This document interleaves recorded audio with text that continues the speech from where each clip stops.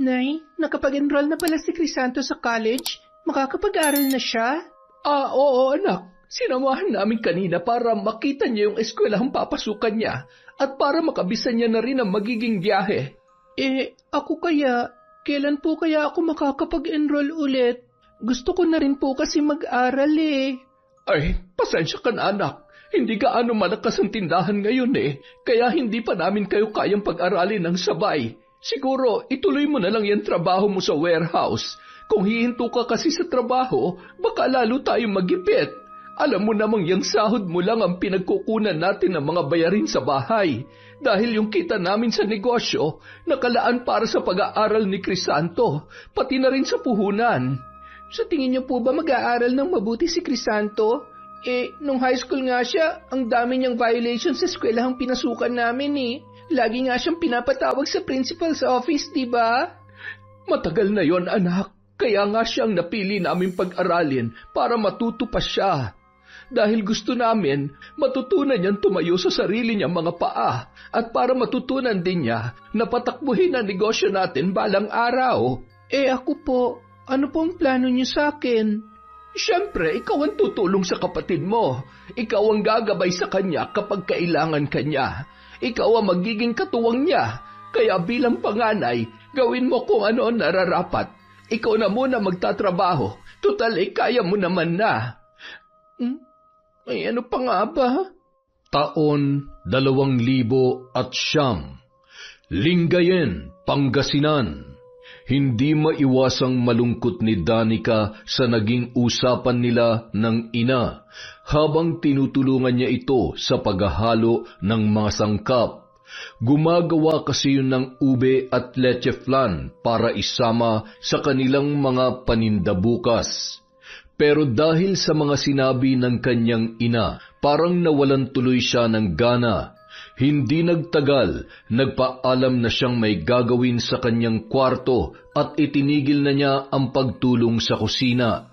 Nagkulong na lamang ang dalaga sa silid at doon ibinuhos ang kanyang mga luha. Matagal na siyang nagtitiis sa hindi patas na trato sa kanila ng kanilang mga magulang. Mas pinapaboran nila ang kapatid niyan si Crisanto sa maraming bagay kesa sa kanya.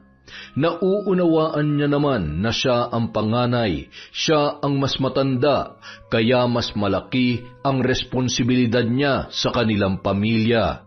Pero hindi niya maiwasang mainggit sa kapatid dahil halos lahat ng gusto nito ay agad na ibinibigay ng kanilang nanay at tatay.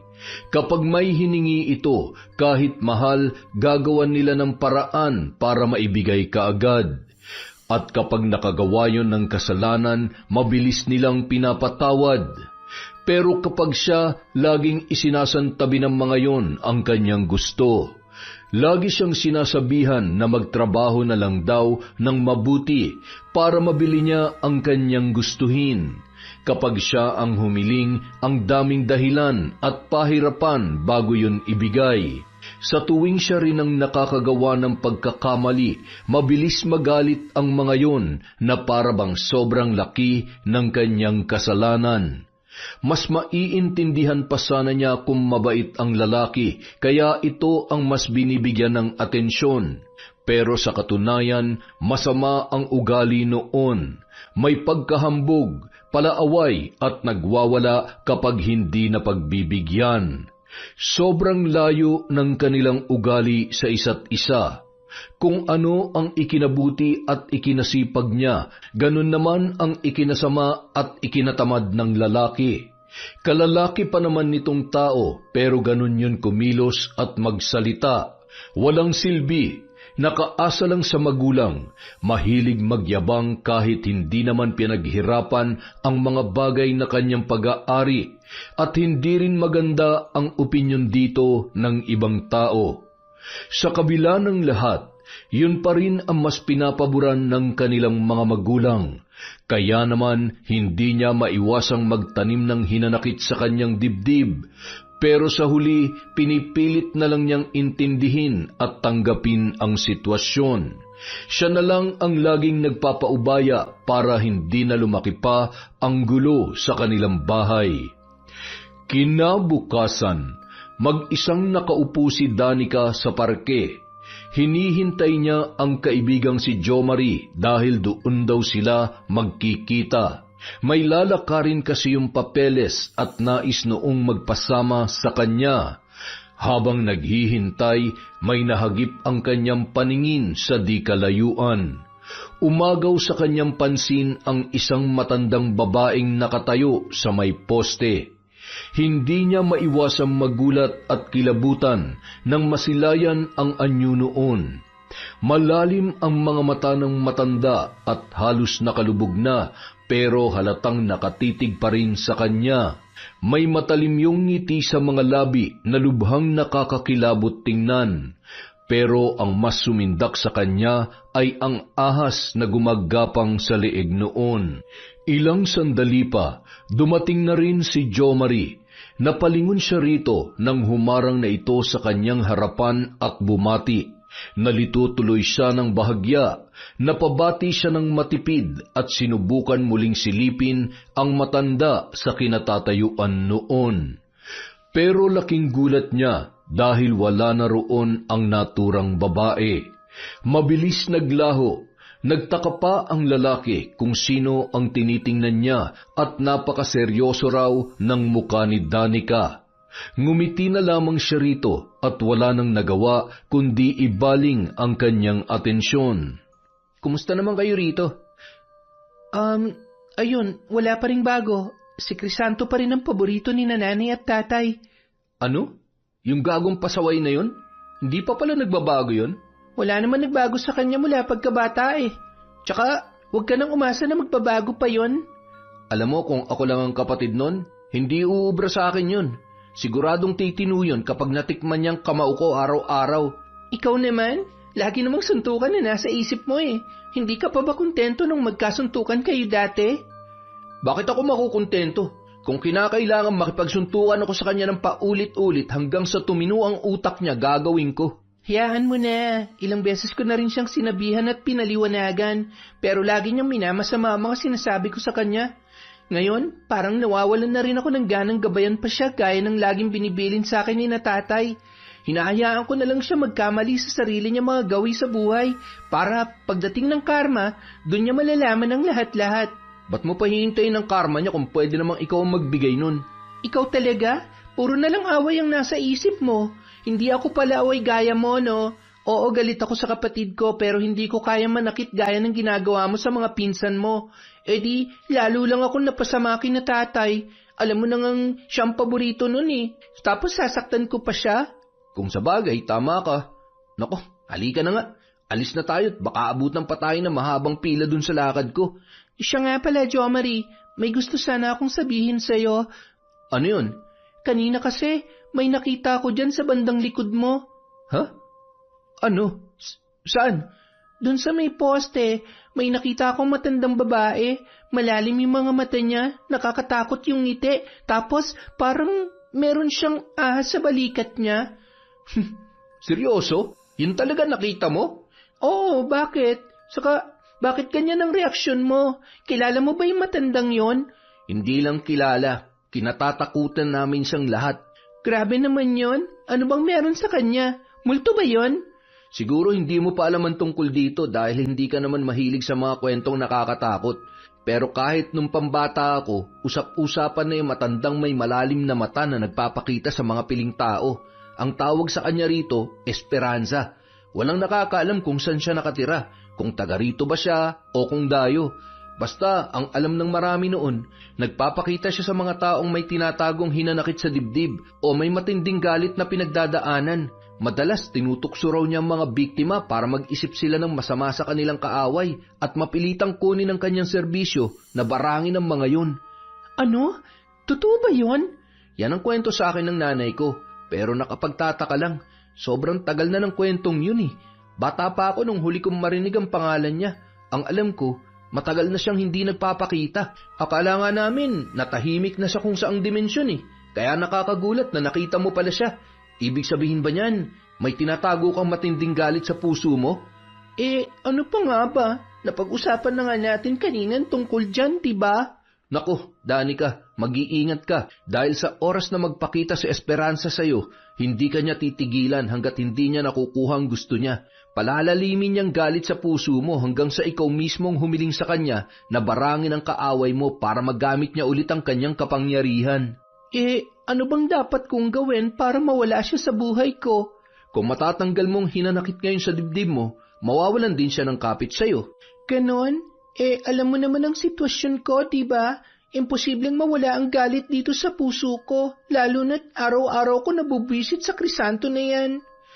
Yan na nga bang sinasabi ko Mukhang masyadong matindi ang galit dyan sa puso mo kaya nabuhay siyang muli. Anong gusto mong gawin ko? Magpatawad na lang? Ikaw nga itong tukso ng tukso sa akin kanina na suntukin at saktan ko rin siya. Tapos ngayon bigla ka magsasabi ng ganyan? Akala ko kasi talaga wala na siya Akala ko matagal nang napaglipasan ng kwento ni Esperanza. Kung alam ko lang nababalik ulit siya, hindi ko na sana sinabi yun. Alam mo, mabuti pa umalis na tayo. Baka umaaligid siya ngayon dito at nakikinig sa atin. Halika na. Hindi nagtagal. Umalis na sina Danica sa lugar na yon. Iniwan na lang din niya sa upuan ang inuming binili para sa kanya ni Jomar matapos niyang maubos yon. Habang naglalakad sila papalayo, muli siyang napasulyap sa paligid.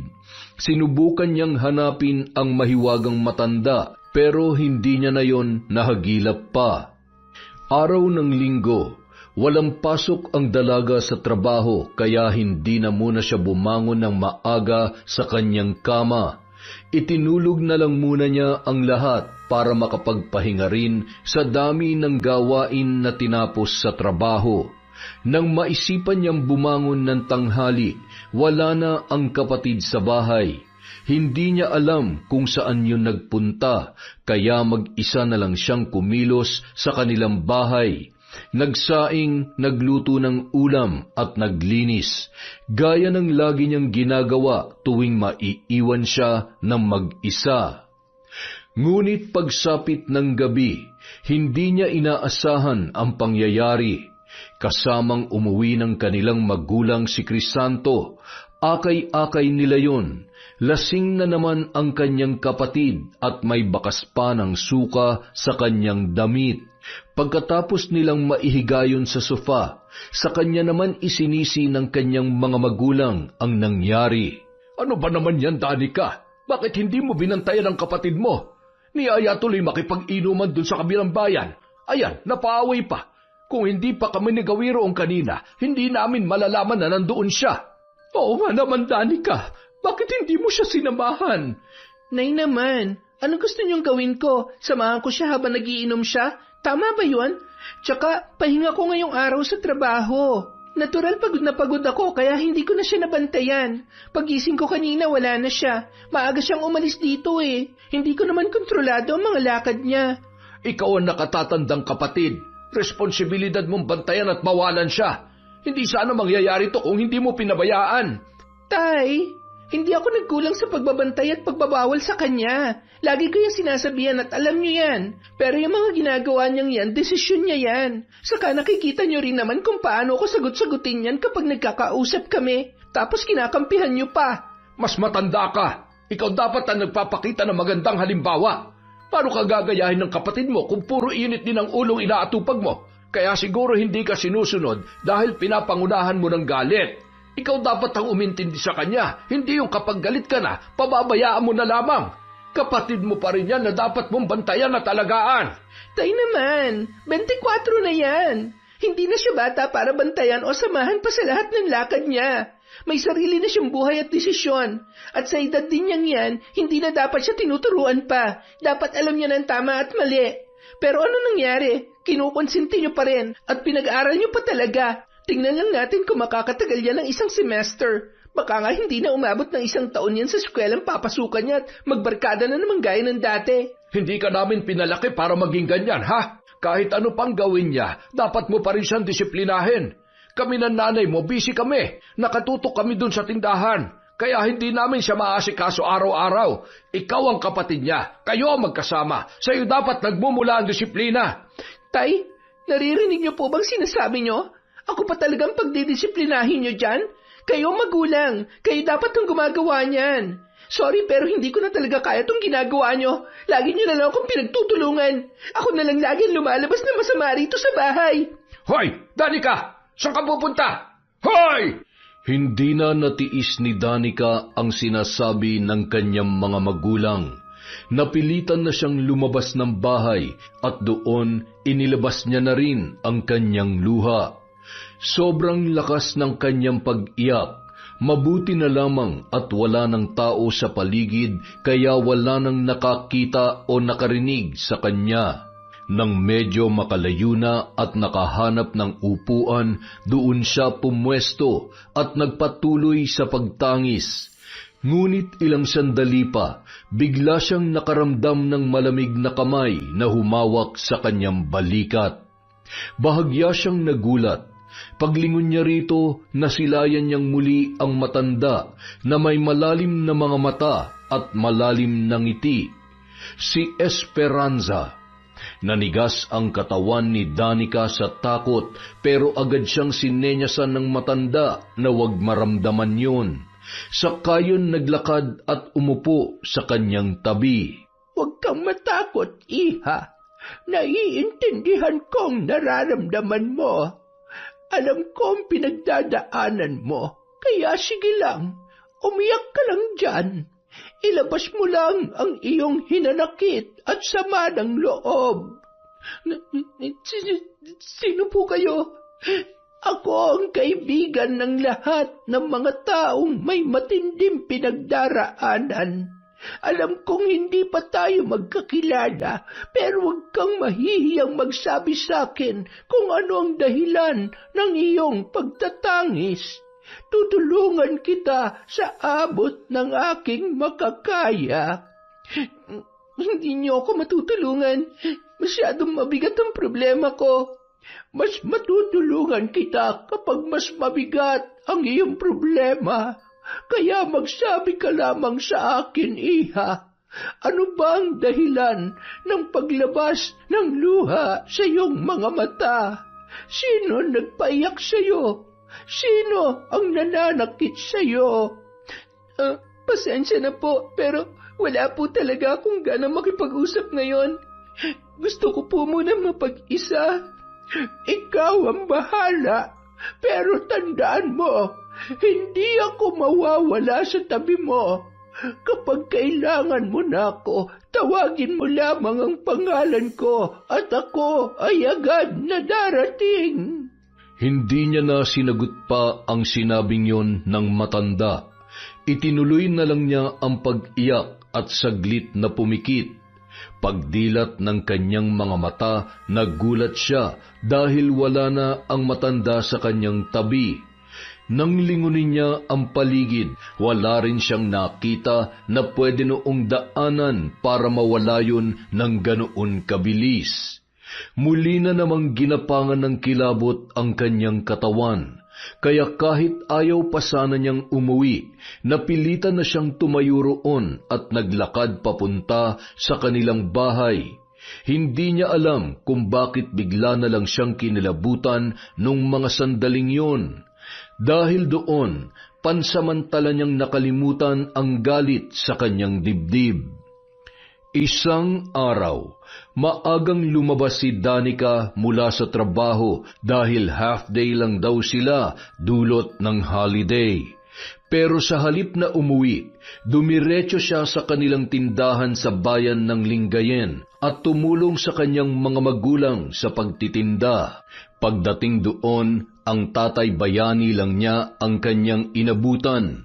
Ayon sa kanyang ama, may biniling mga sangkap at gamit ang kanyang ina sa kabilang bayan.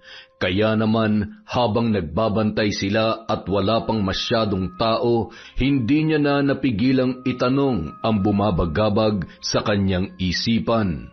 Tay, kilala niyo po ba yung Esperanza? Esperanza? Nabanggit lang sa akin ni Jo Marie. May kilala po ba kayong Esperanza dito? Yung matandang nagpapakita raw sa mga piling tao? Si Esperanza. Oo, kilala ko siya. Bakit? Bakit wala yata kayo nabanggit tungkol sa kanya nung mga bata pa kami ni Crisanto. Ngayon ko lang kasi narinig ang pangalan niya eh. At ngayon ko lang din nalaman ang tungkol sa kwento niya nung mabanggit sa akin ni Jomari. Paano? Matagal na siyang hindi nagpapakita at nanggugulo rito. Kaya kasabay ng pagkawala niya, pagkalimot na rin namin sa lahat ng tungkol sa kanya. Di ayaw nga namin siyang mabanggit o mapag-usapan noon dahil sa paniniwalang lalo raw siyang lalapit sa iyo kapag inalala mo pa ang pangalan niya. Bakit naman po kailangang kalimutan at hindi banggitin ang pangalan niya? Dahil masama siyang tao. Isa siyang mapanukso mambabarang. Naghahanap siya ng mga tao na puno ng galit sa katawan at gagamitin niya ang taong yun para saktan ang mga kaaway nito sa masaklap na paraan, pero walang mabuti sa pananakit ng kapwa. At kapag tinanggap mo kahit na ano sa mga alok niya, para mo na rin sinangla ang kaluluwa mo kay Satanas. Ganoon siya kalala. Ganon po ba? Kaya pala. Bakit mo pala siya bigla nabanggit? Nakita mo ba siya? Ako? Ay, hindi po. Hindi Nabanggit nga lang sa akin ni Jomari. Bigla lang kasi niya yun naalala habang nagkukwentuhan kami. Mabuti naman kung ganon. Karaniwan daw kasi ng mga nakakakita sa kanya yung may tinatagong galit sa kanilang kapwa. Yung hindi marunong magpatawad.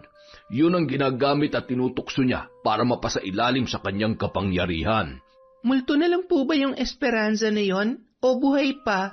Sa pagkakaalam namin, buhay siya. Pero walang nakakaalam kung saan siya nakatira.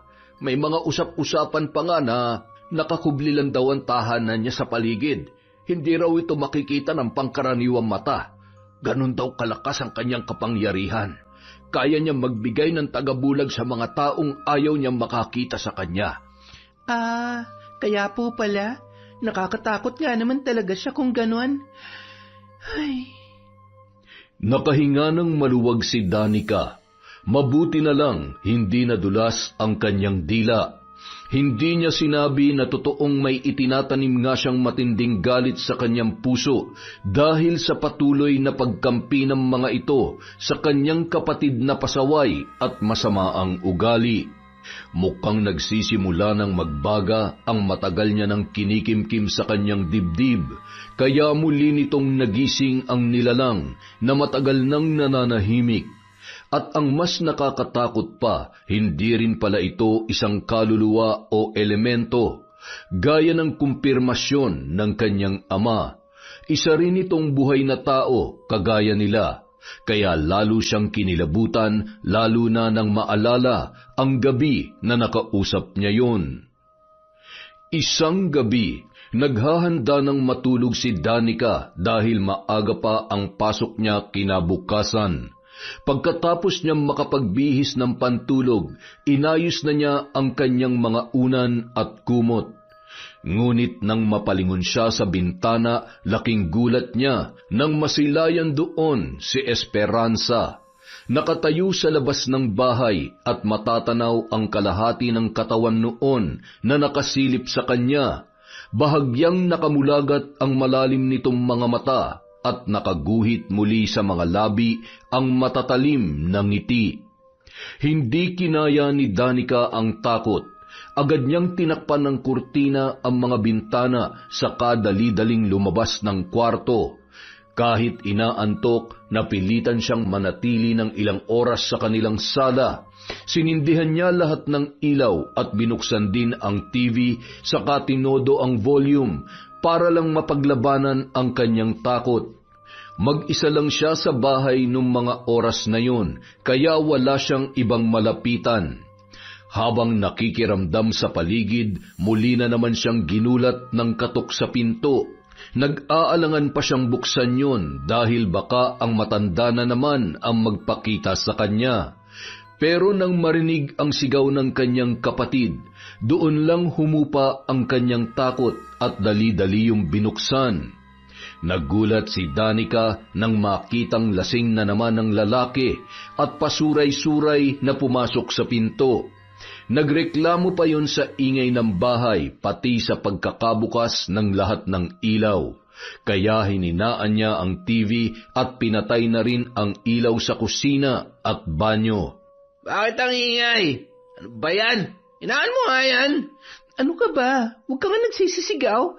Saka bakit umuwi ka na naman ng lasing? San ka na naman ba galing? Ako na naman ang mapapagalitan niya sa ginagawa mo eh. Ano bang pakialam mo? Malaki na ako, te. Wala kang karapatang pagbawalan ako na parang bata. Sinananay nga, hindi ako binabawalan eh. Aba, palibasa ikaw ang paboritong anak kaya inaabuso mo naman. Huwag mong hintayin maubos ang pasensya nila sa'yo. Kung ako sa'yo, Crisanto, magtino ka na at magpakalalaki ka naman kahit minsan. Ang tanda mo na hanggang ngayon wala ka pa rin trabaho. Tapos balak ka pang pag-aralin ulit ni nanay. Pagka-graduate mo, anong edad ka pa kaya makakapagtrabaho niyan? At sigurado ka ba na makakapagtapos ka? O baka ganyan lang ang gawin mo tuwing uuwi ka? Dami mo naman sinasabi. Magpapahinga na nga lang ang tao, putak ka pa ng putak dyan. Doon ka magpuputak sa may puno, kausapin mo yung mga manok, wag ako. Alam mo, hindi ako nagkulang sa pag-aalaga at pagmamahal sa'yo bilang bunsong kapatid ko. Pero ikaw to nagbibigay ng dahilan sa akin para sukuan ka. Nung una naiinggit ako sa'yo dahil ikaw na lang lagi ang pinipili nila nanay. Alam mo kung bakit? Kasi lalaki ka at ikaw ang gusto nilang humawak sa negosyo nila. Ayaw ko mang aminin pero nasa lumang panahon pa rin ang pag-iisip ni nanay. Naniniwala pa rin sila na mas maswerte at mas uunad ang isang negosyo kapag lalaki ang humahawak. Kaya nga mula noon, ikaw lagi ang pinapaboran nila. Ikaw lagi ang tinuturuan. Pero anong ginagawa mo? Sinasayang mo lang ang lahat. Kaya naisip ko na hindi naman pala kita dapat kainggitan. Dahil ang layo natin sa isa't isa. Puro kahihiyan lang ang ginagawa mo sa pamilya. Tumigil ka nga. Wala kang kwenta. Wala kang karapatang sabihan ako ng ganyan. Pag hindi mo ako tinigilan, baka, ay nako, isusumbong kita kay nanay. Eh di magsumbong ka, diyan ka naman magaling eh. Lagi nagtatago sa saya ni nanay dahil wala kang sariling desisyon. Kahit lalaki ka, mas lalaki pa sa iyo mga bakla. Wala akong pakialam kahit magsumbong ka pa. Bahala ka matulog dyan sa sala. Hindi kita papapasukin sa kwarto. Pagkatapos niyang talikuran ng kapatid, narinig niya pa yung nagmura ng paulit-ulit at nagwala. Pero wala na siyang pakialam sa sinasabi noon. Sinara niya na lang ang pintuan at umupo sa tabi ng kama at doon umiyak. Masyado nang masama ang loob niya para isipin pa ang pwedeng mangyari. Kahit ano ang kanyang gawin, siya pa rin naman ang pagagalitan. Oras na makarating muli ito sa kanilang magulang. Siya ang laging sinisisi kung bakit pinababayaan niyang maglasing ang kanyang kapatid. Sa gitna ng pagtangis ng dalaga, bigla niyang naalala si Esperanza. Pero sa halip na mangilabot, wala na siyang naramdaman ni katiting na takot. Kahit ilang ulit niyang isipin ang pagpapakita nito, parang wala na yung epekto kay Danica. Nang sumunod na gabi, biglang nagising ang dalaga na masama ang pakiramdam. Kahit anong gawin niya, parang may mali sa kanyang paligid na hindi niya maintindihan. Hindi nagtagal, biglang bumigat ang buo niyang katawan at hindi na siya makakilos. Biglang binangungot si Danica. At habang nasa ganoon siyang kalagayan, bigla siyang nakarinig ng sunod-sunod na bulong sa kanyang tainga. Umiikot ang mga yun sa bawat sulok ng kanyang ulo. Hindi niya maintindihan pero sobrang takot ang kanyang naramdaman. Halos tumayo na ang lahat ng kanyang balahibo sa katawan. Habang naririnig ang mga bulong na yun, bigla na lamang may lumitaw na figura sa di kalayuan. Unti-unti yung lumapit kay Danica. Habang papalapit, naaninag niya ang malalim nitong mga mata na puting-puti at dilat na dilat. Saka biglang nagpakawala ng nakakapangilabot na tawa na nagpalakas sa kabog ng kanyang dibdib. Sa paglapit nito sa kanya, tuluyan niyang nasilayan ang nakakapangilabot na anyo ni Esperanza. Hinaplos nito ang kanyang muka. Naramdaman niya ang malamig na kamay na parang haplos ng isang bangkay. Nais niyang pumikit pero hindi niya magawa. Iginalaw na lamang niya ang mga daliri saka umusal ng dasal sa kanyang isipan. Makalipas ang ilang sandali, unti-unti nang gumalaw ang kanyang katawan at nawala na rin ang nilalang na nasa kanyang harapan. Naglaho rin ang mga bulong at nanumbalik na ang pagiging normal ng buong paligid. Doon lamang siya nakahinga ng maluwag at napahaplos sa kanyang dibdib. Panginoon, tulungan niyo po ako. Ilayo niyo po ako sa tukso at kababalaghan. Huwag niyo pong hayaang lamunin ako ng galit at ng kadiliman. Isang araw, muling nagkita sina Danica at Jomari sa bayan. Siya naman ang nagpasama rito dahil gusto niya ng makakausap. May lakad sana ang lalaki pero pinilit nitong samahan pa rin siya para lang marinig ang kanyang mga problema. Danica, walang ibang paraan para maputol ang kapit sa iyo ni Esperanza. Hanggat may galit yan sa puso mo, lagi siya magpapakita sa iyo. Hindi mo yan mapipigilan. Alam ko, ang gusto ko sana mangyari ay kung paano ba mawawala ang galit ko sa kanila.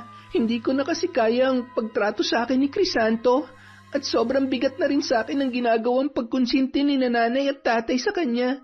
Wala na talaga akong kakampi sa bahay.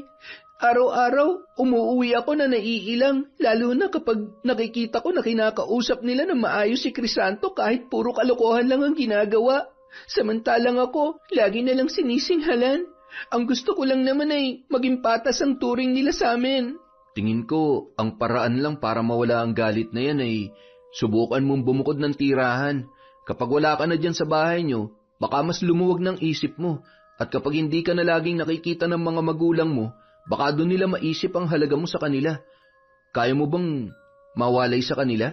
Kung kaya lang ng bulsa ko, matagal ko nang ginawa yan. Pero saktong-sakto lang talaga yung sweldo ko sa mga bayarin sa bahay eh. Kapag umalis ako, kailangan ko pa magbayad ng renta ng apartment buwan-buwan. Hindi ko na kayang pagsabayin lahat yon. Kung meron lang sana ako mga kamag-anak na matutuluyan eh. Kaya lang wala. Halos lahat kasi sila, mga ka-close ni nanay. At kapag sinubukan kong lumipat sa kanila, sigurado magtatakam mga yon at magsusumbong pa kay nanay. Ay, kung maluwag lang talaga yung bahay namin, doon na muna kita patitirahin eh. Ang problema, 10 kami nakatira doon. Siksikan kapag natutulog. Ayoko namang maranasan mo yung ganong hirap. Tapos, wala rin akong mga kakilala na pwede mong tuluyan. Pasusungit din kasi yung mga kamag-anak namin eh. Kaya nga sa tingin ko, hindi ko talaga matatakasan yung esperansa na sinasabi nyo. Hanggat alam niya may galit ako, patuloy niya akong lalapitan. Huwag ka mag-alala, Danica. Magtatanong-tanong ako sa mga kakilala ko sa ibang probinsya. Baka sakaling makahanap tayo ng albularyo o antingero na pwede makatulong sa'yo. Yung pwedeng magbigay ng proteksyon sa'yo laban sa mga mambabarang. Hindi ko lang alam kung magiging epektibo yun, pero walang masama kung susubukan. Salamat, Jomari. Salamat talaga at palagi kang nandyan. Nang sumunod na araw, naabutan ni Danica si Crisanto na nagwawala sa kanilang bahay habang inaawat ng kanilang mga magulang. Agad niyang inilapag ang bag sa isang tabi at tumulong din sa pag-awat sa kanyang kapatid. Hoy! Ano ka ba, Crisanto? Ano ba nangyayari't nagwawala ka na naman? Pati si nanay tinutulak mo na. Si nanay ang pagsabihan mo na malaki na ako, kaya hindi niya ako pwedeng ikulong dito. Nay, tay, ano ba nangyayari dyan? Gusto niya na raw kasing bumukod, anak. Gusto raw niyang magsama na sila ng kasintahan niya sa iisang bubong. Kaso ayaw pa talaga namin siyang umalis dito dahil hindi namin kaya. Mga wala pala kayong kwenta eh. Anak-anak kayo tapos hindi niyo ako kayang suportahan? Anak, huwag ka namang ganyan. May usapan na tayo, di ba? Mag-aaral ka na ulit sa susunod na buwan, papasok ka na. Kung itatanan mo yung babaeng yon, paano na yung pag-aaral mo? Ayoko na nga, di ba? Si ate na lang ang pag-aralin nyo. Total, atat na atat naman yan makabalik sa eskwela. Ako, ayoko na! Ayoko na! Buwisit na buhay to! Anak, tama na! Pakiusap, tama na! Pwede ba, Crisanto? Huwag ka nga magsisigaw at magbasag ng mga gamit dyan. Yun lang palang iniiyak-iyak mo eh. Aawayan at babastusin mo pa si nanay at tatay para lang dyan. Ang lakas naman ng loob mong bumukod at magtanan. Bakit? Marunong ka na bang kumilos? Marunong ka na ba maglaba, magluto o magsaing? Nakakahiya naman sa babaeng itatanan mo. Ano na lang ang sasabihin niya kapag nakilala niya ng tunay mong pagkatao? Gabi-gabing umuwi ng lasing, magulang pa ang naglalaban ng brief mo, tapos wala pang alam dahil puro bulak-bul ang ginagawa mo nun sa eskwela. Hindi ka ba naaawa sa magiging buhay ng girlfriend mo kapag nagsama na kayo sa iisang bubong? Mahiya ka naman. Ayusin mo muna ang sarili mo bago ka mandamay ng ibang tao. Pwede ba tumigil kang buwisit ka? Tama na yan, Crisanto. Huwag mo susuntukin ang ate mo. Matuto kang rumispeto ng babae. Isa pa yung problema sa iyo eh.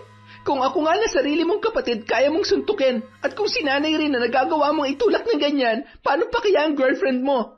Anong pagmamaltrato kaya dadanasin niya sa'yo kapag ikaw na nakasama niya? Kawawang nilalang.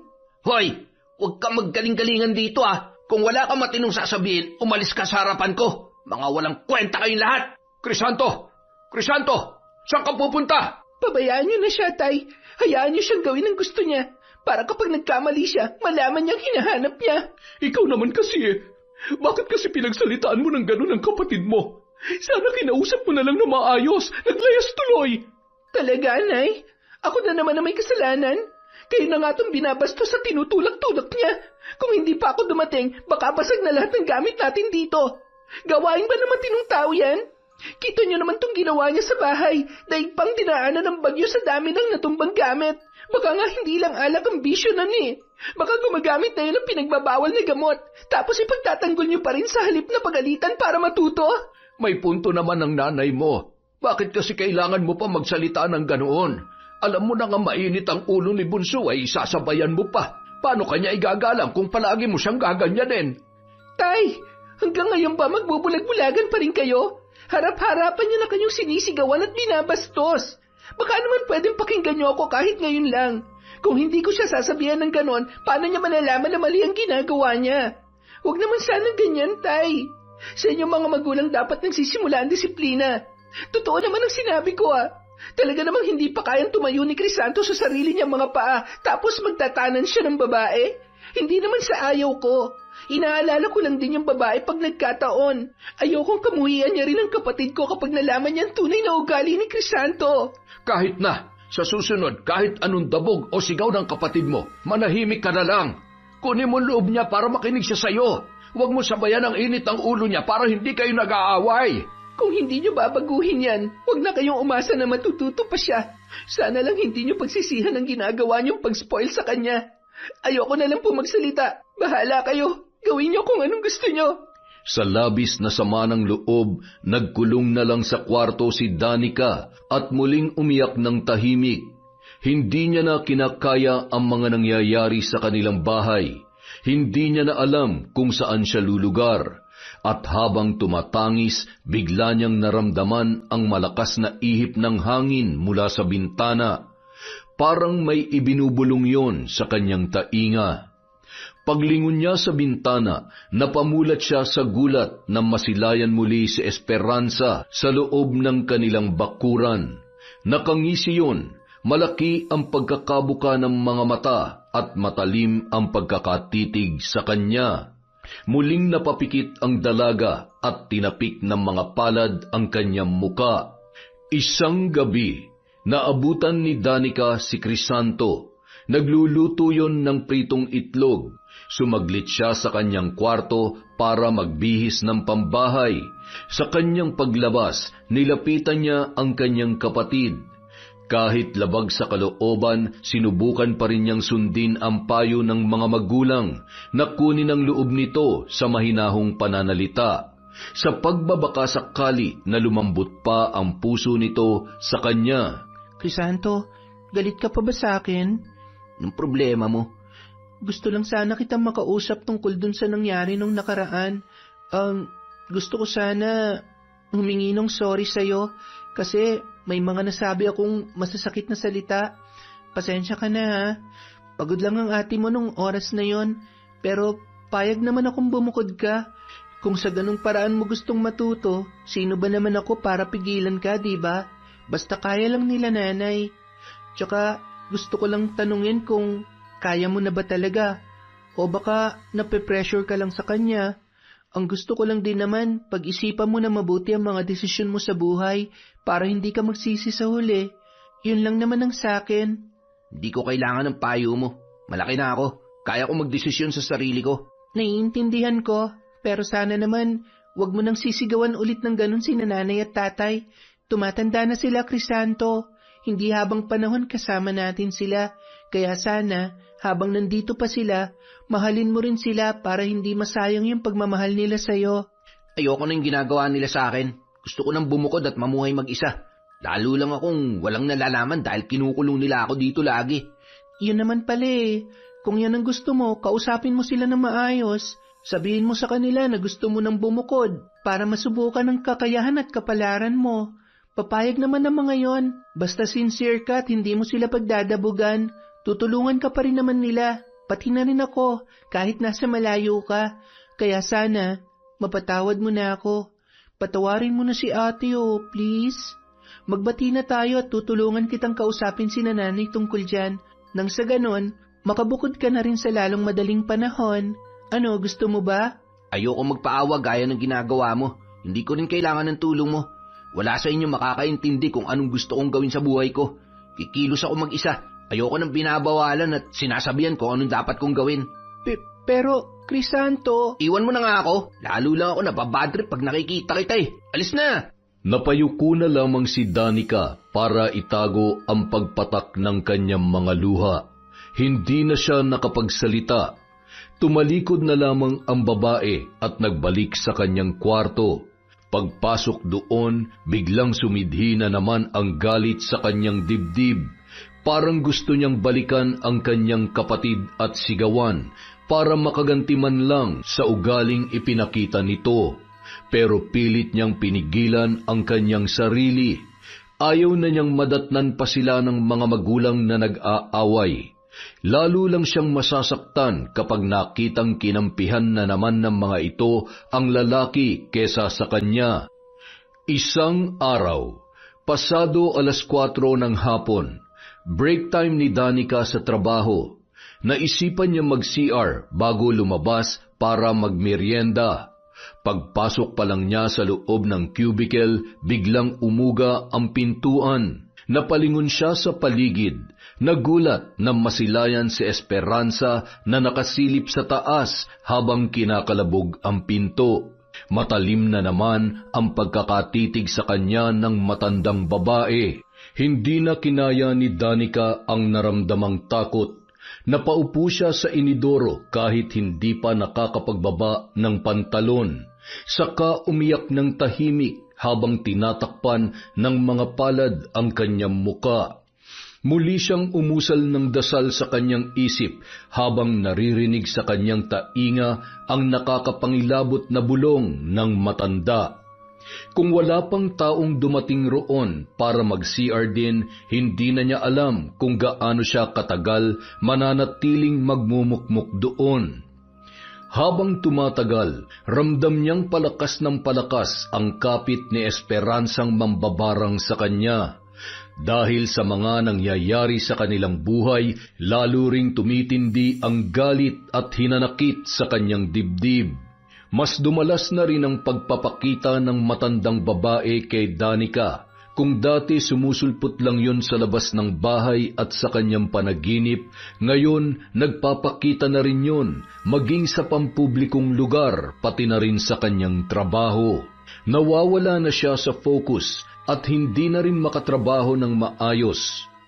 Isang gabi, sa kanyang pag-uwi, naabutan niyang nagkakagulo sa harap ng kanilang bahay.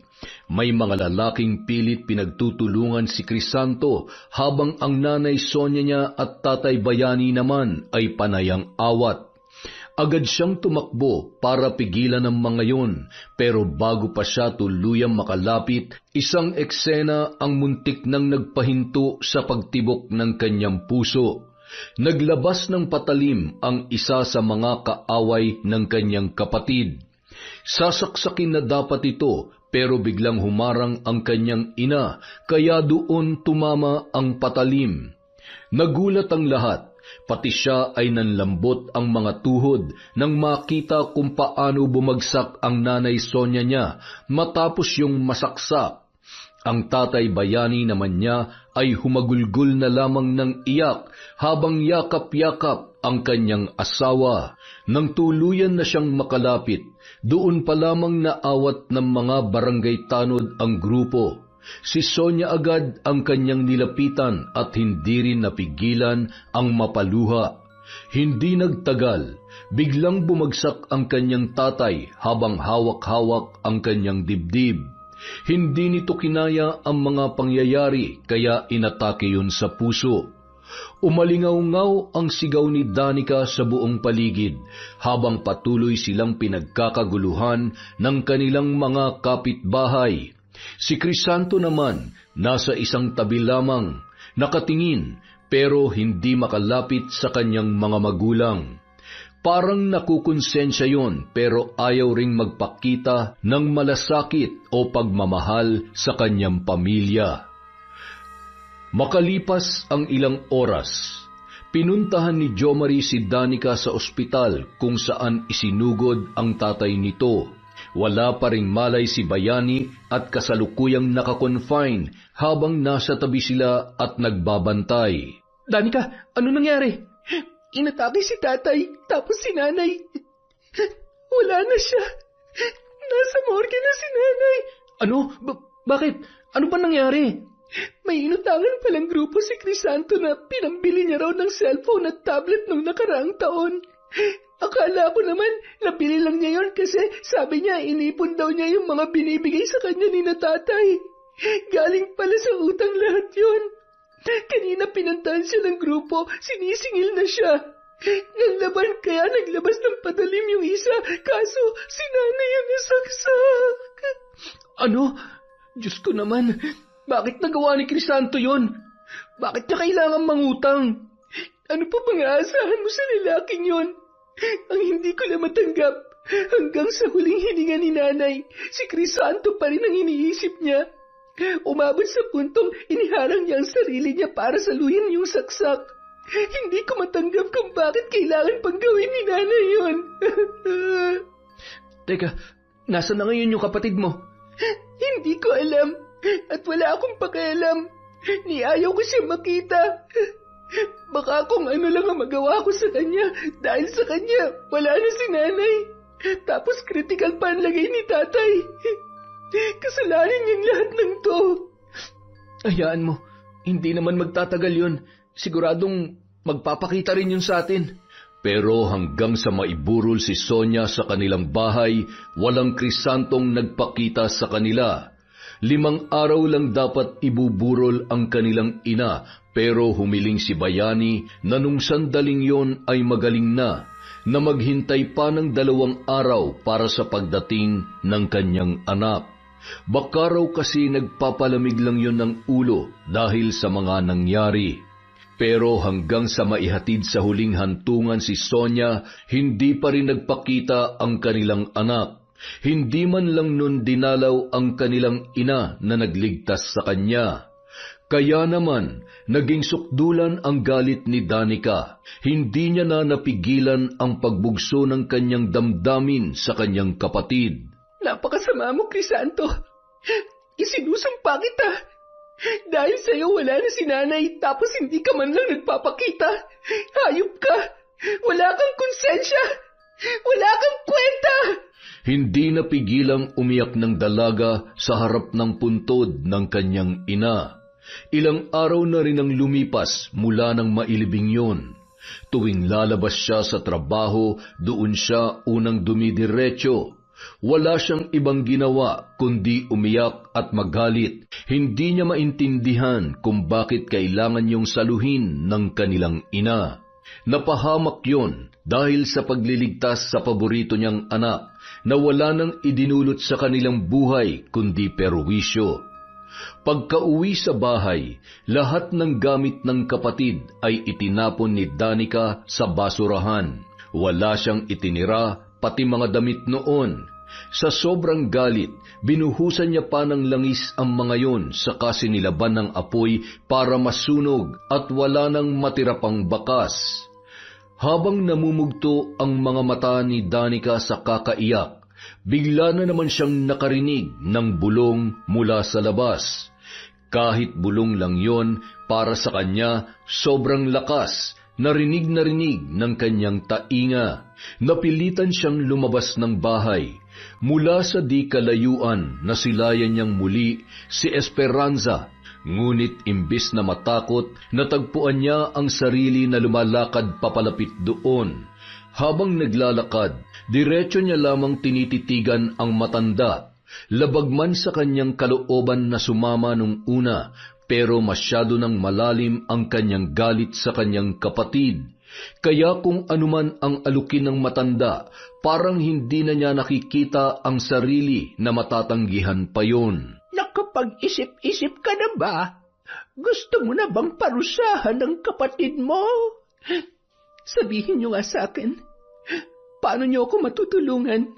Tungkulin kong magbigay ng parusang barang sa lahat ng mga taong kagaya ng iyong kapatid.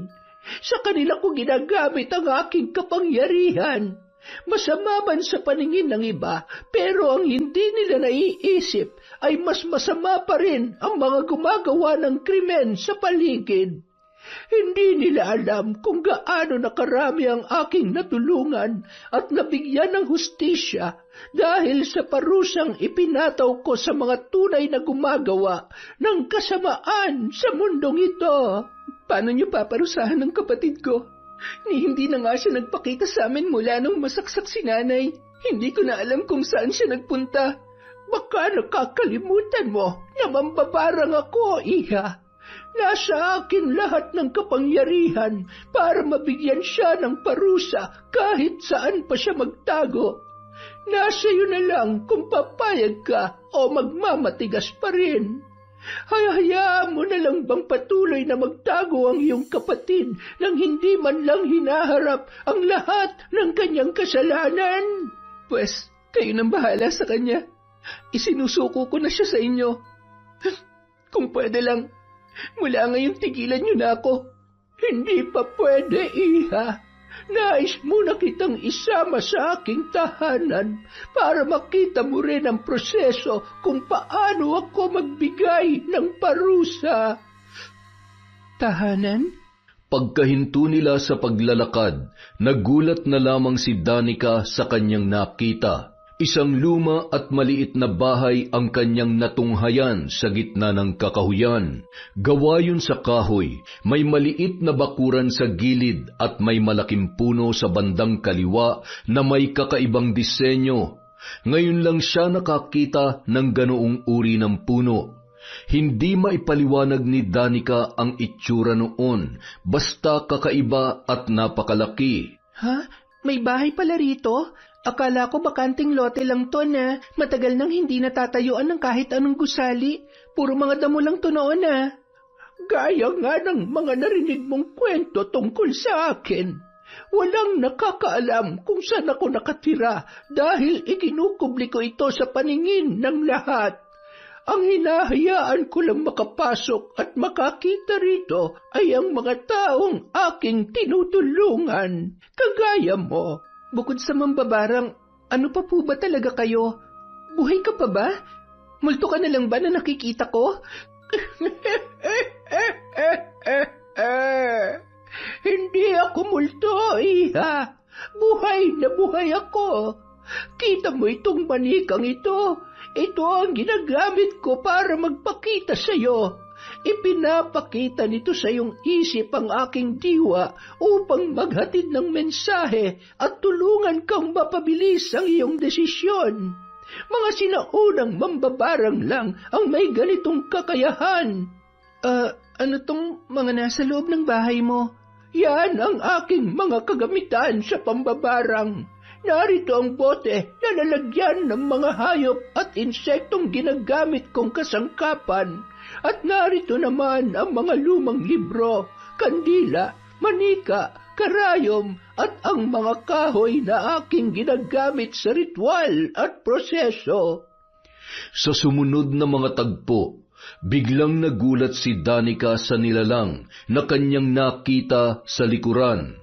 Isa yung lalaking kuba na kulubot ang muka at may malaking peklat. Kung hindi pa yun nagsalita at bumati sa kanila, mapagkakamalan niyang halimaw yun na alaga ng matanda. Sino siya? Siya ang aking pamangkin mula sa Capiz. Isinama ko siya rito para may kasama ako. Siya ang lumalabas para kumuha ng lahat ng aking mga kakailanganin. Pero sa tuwing tatapak siya sa bahay na ito, nawawala na rin siya sa paningin ng mga tao. Nakakatakot naman tong bahay niyo. Sobrang dami ng kababalaghang nangyayari. Pero wala kang dapat ikatakot. Bagkus ay ikaw pa nga ang makikinabang sa lahat ng ating gagawin. Dahil sa gagawin natin, mapaparusahan na ang kapatid mo at mabibigyan na rin ng hustisya ang nanay mo. Mabuti na lamang at nagawa pang makaligtas ng iyong ama. Kung siya'y napahamak, baka hindi na kita nahintay at ako na nagparusa sa walang hiya mong kapatid. Ang ayaw ko pa naman sa lahat, yung mga batang nanlalaban sa kanilang mga magulang. Sa pamilya ko, kahit ano pang galit ng aming magulang, hindi namin sila sinisigawan o nilalabanan.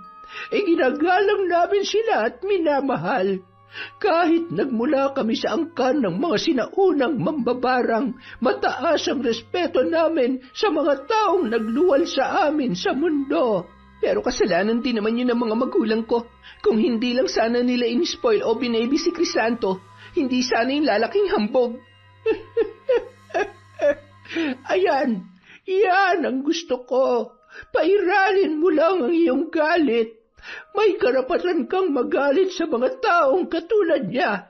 Hindi dapat hinahayaang mabuhay ng masaya ang mga ganong tao habang ikaw ay nagdurusa. Kaya kung nasan man ngayon ang kapatid mo, ipinapangako ko sa iyo, siya mismo ang babalik para humingi ng tawad. Dahil hindi niya kakayanin ang sakit at sumpa na ipapataw ko sa kanya. Yun ay kung mapapatawad ko pa siya. Sa haba ng panahon kong nagtiis at nagpaubaya, wala na siyang puwang sa puso ko.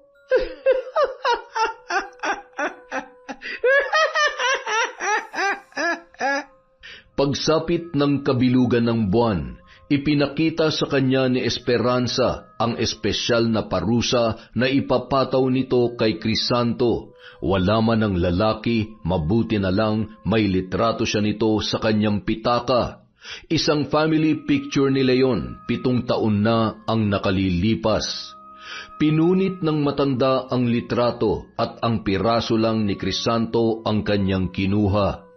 Gamit ang pulang tinta at balahibo ng manok, sinulat niya sa likod ng litrato ang buong pangalan ng lalaki, pati na rin ang araw ng kapanganakan noon. Sa kanya yon pinatakan ng kandila sa harap at hinulog sa isang bote na naglalaman ng buhay na butiki. Pagkatapos yung dasalan ni Esperanza ng Latin, tinusok niya ng karayom ang sariling daliri at pinatakan ang loob ng bote. Pagkatapos ay binuhusan niyo ng tubig mula sa palayok. Maya-maya pa, naglabas yun ng itim na pulbura mula sa kanyang bulsa. Nang ibudbud yun ng matanda sa loob ng bote, nakita ni Danica kung paano nalusaw ng ganoon kabilis ang katawan ng butiki habang lumulutang naman sa gitna ang litrato ng kanyang kapatid. Isinara ng matanda ang bote, pagkatapos ay lumabas sila at ibinaon yun malapit sa kakaibang puno sa gilid ng bahay. Makalipas ang ilang saglit, bumunot ang matanda ng isang piraso ng mahabang dahon mula sa puno at ibinigay sa kanya. Ano pong gagawin ko rito? Itago mo. Itatago ko? Kapag gusto mong pagalingin ang kapatid mo, sunugin mo lang ang dahong yan at gagaling na siya. Bakit ko naman siya gustong gumaling? Kaya nga ako nandito para ipasumpa siya, di ba? Wala na akong balak bawiin ang sumpa ko. Hindi lang yan ang silbi ng mahiwagang kapiraso ng dahong yan. Malalaman mo rin yon balang araw. Kaya mabuti pang itago mo na lamang muna. Ay nako, sige na nga. Umirap si Danica at tinupi ang dahon saka inilagay sa kanyang bulsa. Ano nang susunod na gagawin? Tapos na ang ating ritual. Hindi magtatagal, kakapit na sa katawan niya ang espesyal na sangkap na binuo ko para sa kanya. Pwede na ba akong umalis? Malaya ka nang lumabas sa aking bahay, Iha. Maraming salamat sa iyong tiwala. Naway makamit mo na ang hustisya at kapayapaang hinahanap mo. Hindi na sumagot pa si Danica. Tumango na lamang siya at lumabas ng bahay. Ngunit hanggang sa huling sulyap, nakita niyang nakatingin pa rin ang matanda at dilat na ang mga mata. Samantala, umuwi namang lasing sina Crisanto at ang kasintahan nito. Doon na siya tumutuloy sa isang bahay ng kanyang girlfriend sa Tarlac. Wala na sila sa Pangasinan. Batid niyang nailibing na ang kanyang ina, pero wala pa rin siyang muka na maiharap dahil sa nangyari. Lalong-lalo na sa kanyang kapatid. Hindi rin niya maisip kung gaano na katindi ang galit noon sa kanya. Kaya naman minabuti niyang tumakas na lamang at magtago habang nagpapalamig ng kanyang pangalan. Nauna na sa kwarto ang babae para magpahinga. Siya naman ay naghubad muna at nagpunta sa banyo para sumuka. Hindi na nawawala sa kanya ang pagsuka tuwing malalasing. Ngunit sa pagkakataong yun, nagulat siya sa kanyang nakita. May nahulog na butiki sa inidoro na tila sumabay sa kanyang pagsuka. Napaisip lamang siya nung una. Inakala niya na nasa inidoro talaga yon at baka hindi lang niya napansin. Kaya hinayaan na lamang niya at binuhusan ng tubig ang naturang inidoro. Ngunit ng mga sumunod na araw, nagtuloy-tuloy pa rin ang kanyang pagsuka kahit hindi na siya nakainom. At sa bawat araw na ginagawa niya yon, meron pa ring patay na butiki na sumasama. Doon na siya nagsimulang mabahala. Agad niyang sinabi sa kanyang girlfriend ang nangyayari sa kanya. Ngunit maging ito ay hindi rin alam ang gagawin. Palibhasa pareho silang walang alam sa buhay na umaasa lamang sa kanilang mga magulang. Naglakas loob na magtanan kahit hindi pa handa dahil hindi nila nakayanan ang tawag ng laman. Mula nang lumipat sila doon, walang gabing hindi nila pinaliligaya ang isa't isa. Lahat na yata ng kalayaan ay nasa kanila na.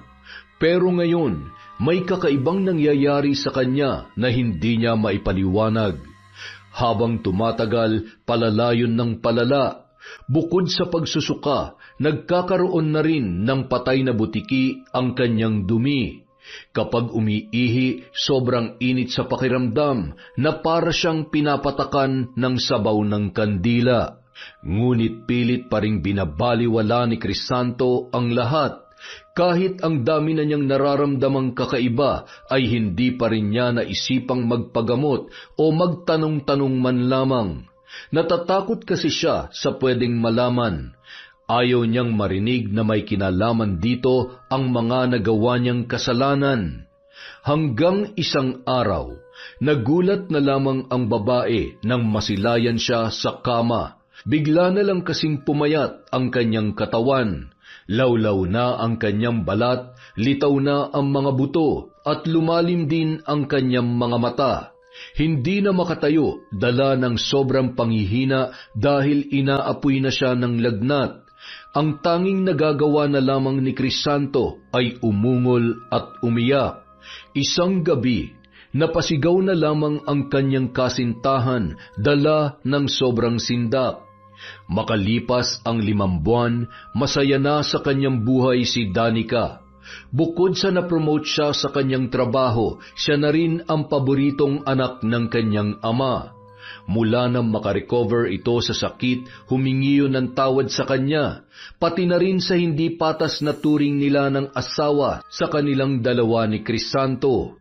Nangako ang kanyang ama na babawi ito at ibibigay sa kanya ang pag-aaruga at pagmamahal na hindi nito naibigay noon dahil masyado silang nakatuon sa bunso niyang kapatid. Sa mga panahon ding yun, sila na ng kaibigan niyang si Jo Marie. Kung kailan maayos na sana ang lahat, saka naman may dumating na balita na hindi niya akalain na darating pa sa kanya. Dumalaw sa kanila ang isang babae na nagpakilala na girlfriend ni Crisanto. Ibinalita nito na may malubharaw na sakit ang lalaki at hinahanap si Danica. Hindi siya makapaniwala sa narinig. Agad siyang napalingon sa loob ng kanilang bahay. Mabuti na lamang abala ang kanyang ama sa kusina, kaya tila hindi nito narinig ang sinabi ng babae. Sinara niya ang pinto sa kayon nilapitan. Kinausap niya ang babae sa labas ng gate. Pagkatapos ng kanilang pag-uusap, tinawagan niya agad ang kanyang nobyo. Kinabukasan, lihim nilang pinuntahan ang kinaroroonan ng kanyang kapatid sa Tarlac. Hindi na niya ito sinabi sa kanyang ama. Natatakot siya na baka biglang magbalik ang buong atensyon nito kay Crisanto oras na malaman noon kung nasaan ang kanyang kapatid. Sigurado ka ba, babe? Handa ka na bang harapin ang kapatid mo kahit ikaw ang nagpabarang sa kanya? Wala na akong balak tanggapin siya sa buhay ko. Pero gusto ko lang makita kung ano nang itsura niya ngayon. Gusto kong makita ang epekto ng barang sa kanya ni Esperanza. Sinasabi ko sa'yo, delikado tong ginagawa mo. Hindi mo na dapat tinanggap ang alok ng matandang yun. Kung hindi ko tinanggap, hindi ko mararanasan ang lahat ng to. Ngayon na nga lang ako naging mahal ng buo ni tatay dahil wala na sa eksena ang lalaking yun eh. Gusto ko lang malaman kung anong kalagayan niya. Pagkatapos aalis na din tayo. Ngunit nang makita ni Danica ang kanyang kapatid sa bagong tahanan na tinitirhan noon, labis siyang nagulat at napapikit. Kahit inaasahan niyang matindi ang epekto ng barang na nakakapit dito, hindi pa rin niya naiwasang magulat at masindak. Butot balat na lamang si Crisanto. Hindi na nakakagalaw, maging ang kanyang ulo ay hindi na mabaling sa kaliwa o sa kanan. Tanging mga mata na lamang niya ang naililingon kay Danica.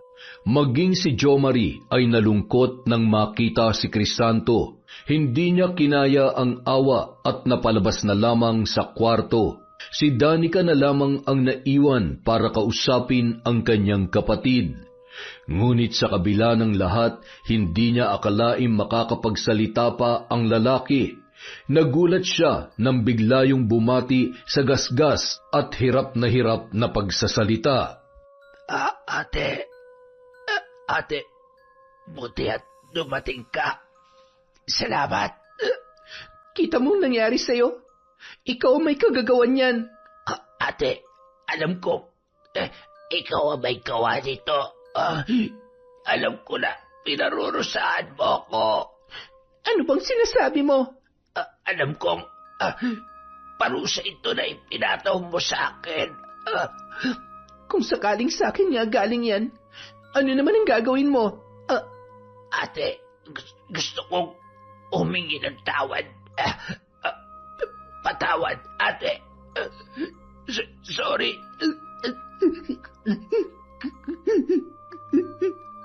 Pati si Danica hindi na napigilang mapaiyak. Kahit malaki ang galit niya sa kapatid, bigla pa rin siyang tinablan nang makita ang paraan nito ng pag-iyak. Kitang-kita niya sa mga luhang yun na hindi niya na talaga kaya ang mga nangyayari at tila malaki pa ang kagustuhan nitong mabuhay. Sorry, ate. Sorry sa lahat ng kasalanan ko. Sorry kung inabuso kong pagmamahal sa akin nila tatay at nanay. Sorry sa lahat-lahat.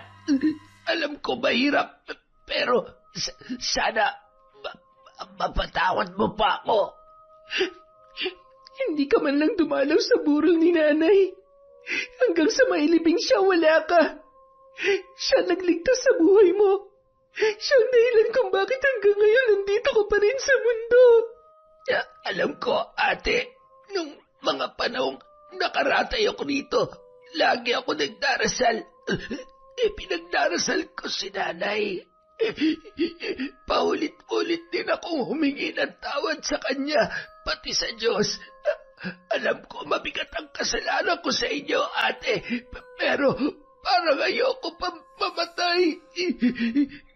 Gusto ko pa mabuhay at magbago, ate. Gusto ko pa maituwid ang pagkakamali ko. Sana matulungan mo ako. Hindi na naman nakapagsalita si Danica. Pati siya ay nahawa na sa malakas na pag-iyak ng kanyang kapatid. Napasandal na lang siya sa isang tabi at humawak sa dibdib. Hindi niya akalain na tatamaan siya ng ganoong emosyon. Akala niya habang buhay na nakabalot sa kanyang puso ang kanyang galit kay Crisanto. Ang ipinagtataka niya ay kung bakit tila biglang lumalambot ang kanyang puso nung mga sandaling yun.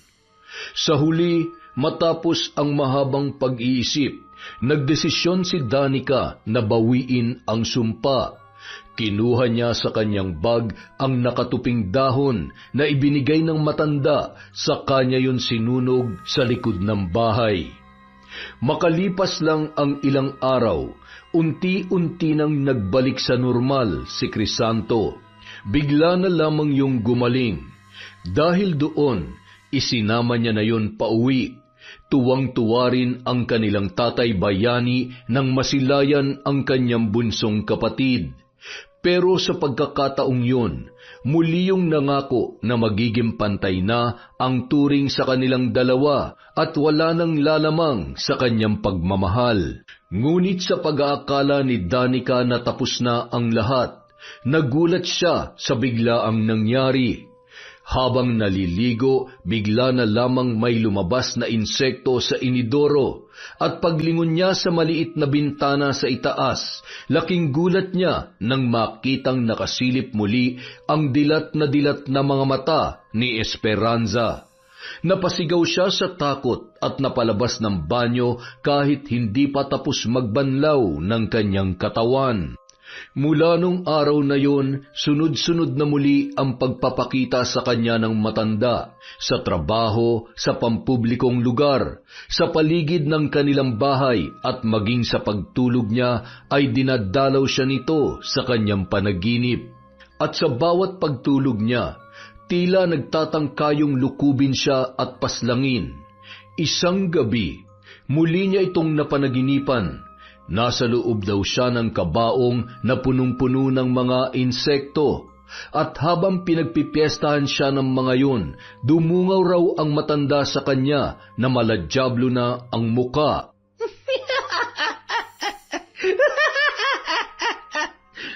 Bakit ka nandito? Anong ginagawa mo? Bakit mo ako binabalikan? Nakuha mo ng gusto mo. Binigay ko na sa iyo ang kaparusahan ng kapatid ko. Siyang tunay. Pero sa kabila ng lahat, napili mong sunugin ang dahon at pagalingin siya. Oras na gawin mo yon. Pumapayag ka na sumailalim sa akin ang iyong kaluluwa hanggang sa huling buga ng iyong hininga. Kaluluwa mo ang kapalit, oras na gamitin mo ang dahon para pagalingin ang tao na pinarusahan mo. Madaya ka! Hindi mo sinabi sa akin ang tungkol dyan. Sino ka ba para sabihan ko? Wala naman talaga akong pakialam sa inyong lahat. Hindi talaga hustisya ng mga taong kaaway niyo ang hinahanap ko. Dahil ang nais ko lamang ay palakasin palalo ang aking kapangyarihan, at magagawa ko yon gamit ang bawat kaluluwang makukuha ko mula sa inyong mga naging kliyente ko. Kaya humanda ka, Danica.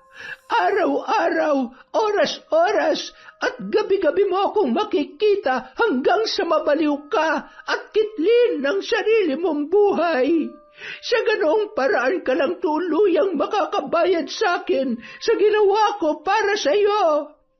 Hindi! Hindi! Mula nang magising si Danica sa panaginip na yon, hindi na natahimik ang kanyang buhay. Araw-araw, gabi-gabi siyang dinadalaw ni Esperanza. Bukod sa panaginip kung saan-saan niya na rin ito nakikita, gumagapang sa ilalim ng kama, lamesa, lumalabas sa aparador at sumusunod sa kanya kahit saan siya magpunta. Sa pagkakataong yun, siya naman ang nagkasakit, pero hindi siya dinapuan ng malubhang karamdaman gaya ng sa kanyang kapatid. Bagkus ay unti-unti siyang nasiraan ng bait dahil sa paulit-ulit na pagpapakita ng matanda. Umabot sa punto na hindi na siya nakapasok sa trabaho at itinali na rin siya sa kama para lang hindi makawala. Nananakit na rin siya sa tuwing makakakita ng mga tao na hindi niya kilala. Ano ba nangyayari kay ate? Bakit siya nagkakaganito? Sinasabi ko na nga ba, mukhang ito na yung kapalit ng pagpapagaling na ginawa niya sa'yo. Ganito ang kapalit na hinihingi ng mambabarang na si Esperanza. Mahabaging Diyos, tulungan niyo po ang anak ko. Anong gagawin natin? Kilala ko yung mambabarang na nakausap niya. Dalawa lang ang paraan na pwedeng makapagpawala ng sumpang ito. Una, kapag napapayag natin siya na bawiin ang sumpa. Pangalawa, kapag namatay siya, mawawala rin lahat ng sumpa at sakit na nilikha niya. Pero saan natin siya hahanapin? Di ba wala nakakaalam kung saan matatagpuan ang bahay ng Esperansang yon? May alam na akong paraan, Tito. Kailangan nating umalis ngayon din.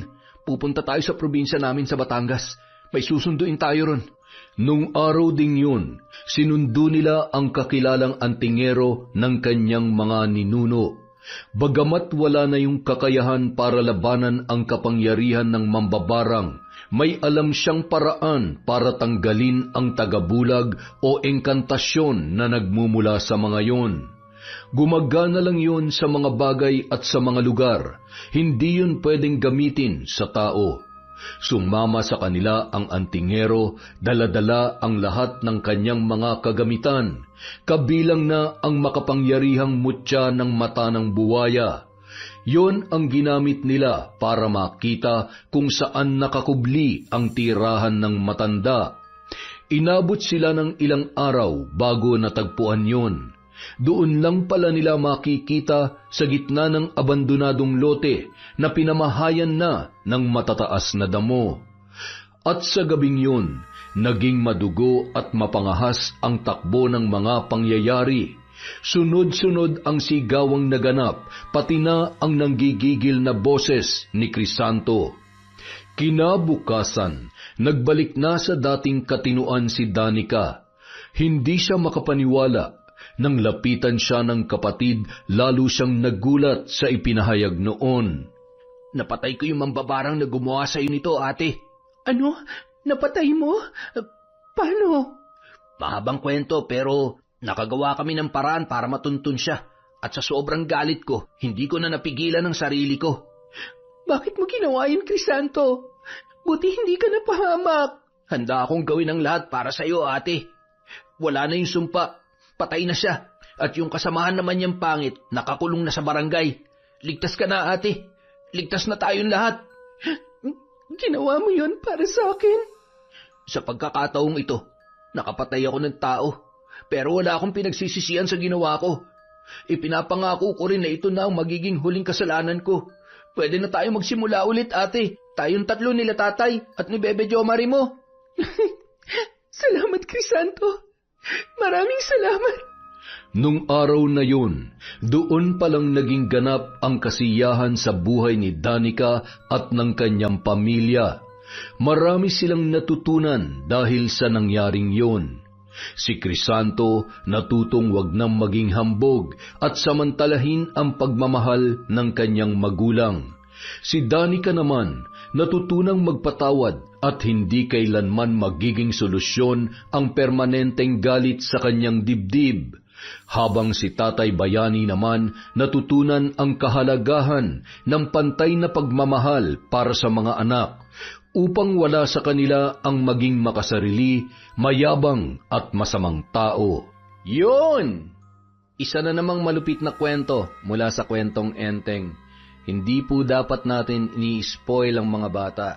Dahil dyan, meron tayong shout out.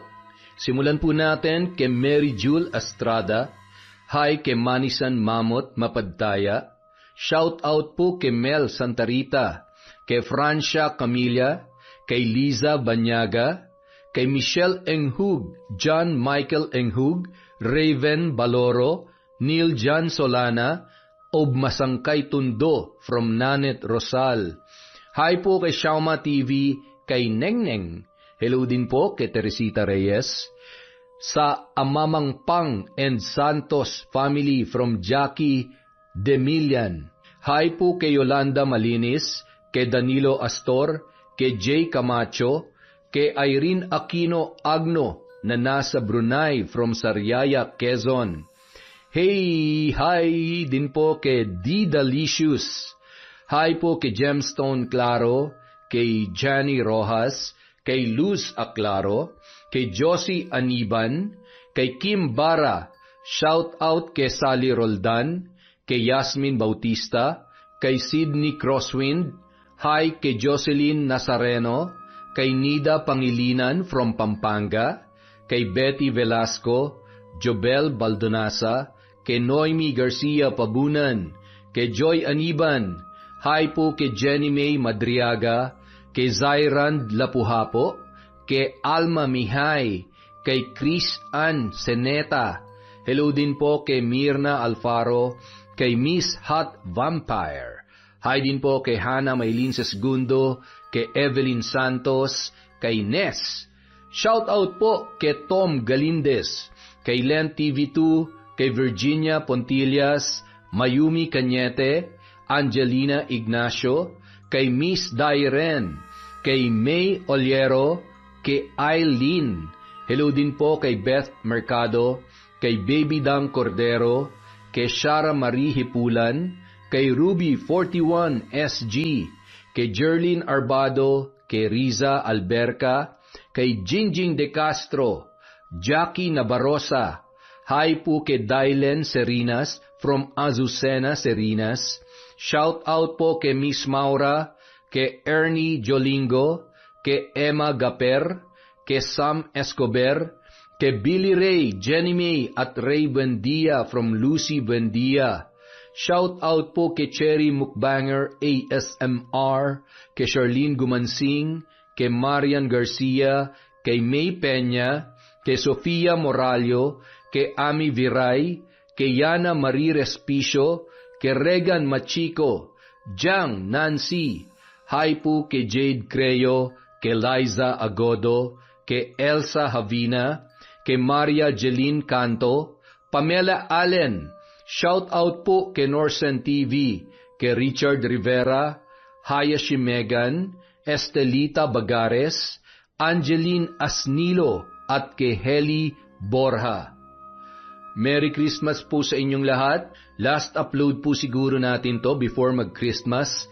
Kaya, ngayon pa lang, Merry Christmas na sa lahat. Maraming salamat sa walang sawang pagsuporta sa Kwentong Enteng.